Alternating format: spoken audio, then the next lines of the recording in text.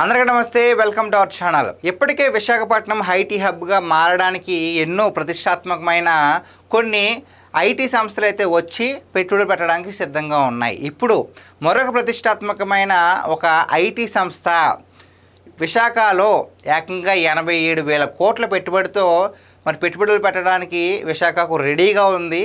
ఆ కంపెనీ పేరే Raiden Infotech.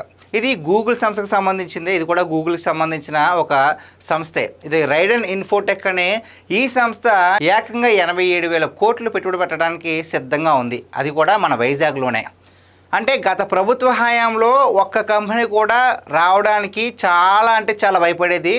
వచ్చినా సరే జగన్మోహన్ రెడ్డి గారి వికృత చేష్టలకు భయపడి వెళ్ళిపోయాయి. ఉన్నవి కూడా వెళ్ళిపోయినాయి. అమర్రాజా బ్యాటరీస్ లాంటివి కూడా ఉన్నవి కూడా వెళ్ళిపోయినాయి.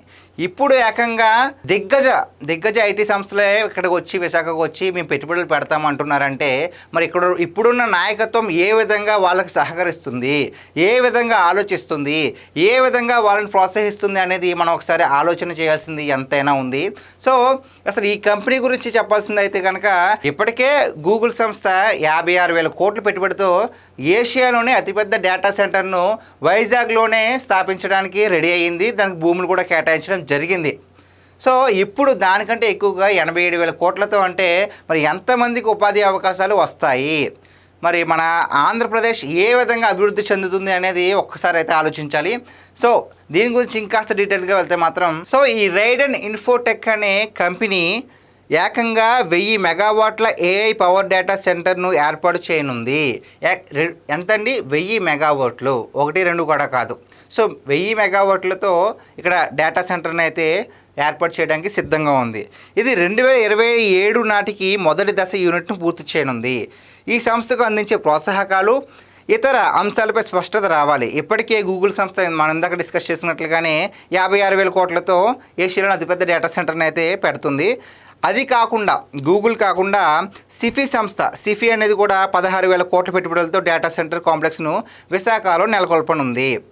ఉమ్మడి విశాఖ జిల్లాలో 3 ప్రాంతాల్లో డేటా సెంటర్ల ఏర్పాటుకు రైడెన్ సంస్థ ముందుకు వచ్చింది. గూగుల్ అయితే ఒక చోటే, కానీ ఇక్కడ ఒక చోట కాదు, 3 ప్రాంతాల్లో మరి డేటా సెంటర్ని అయితే మొదలు పెడుతుంది రైడెన్ ఇన్ఫోటెక్. మరి ఏవే ప్రాంతాలు, వాటికి ఎంత భూములు అయితే కేటాయించారనేది ఒకసారి తెలుసుకునే ప్రయత్నం చేద్దాం. మరి అడవివరంలో 120 ఎకరాలండి.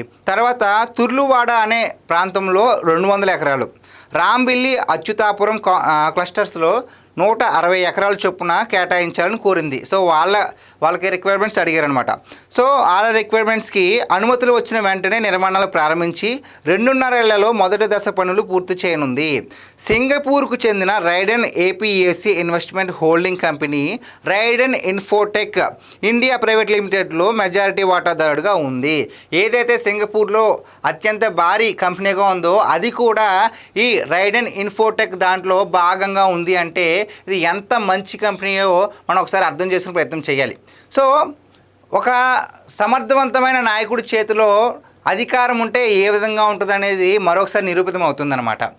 చూశారు కదా, అసలు గత ప్రభుత్వ హయాంలో యువత నిర్వీర్యమైపోయారు. అసలు అవకాశాలు ఉండాలి కదండి. ఇప్పుడు మన టాలెంట్ మనం నిరూపించాలి. అట్లీస్ట్ ఇంటర్వ్యూ పెడితే మనం ఏంటనేది మనకు తెలుస్తుంది.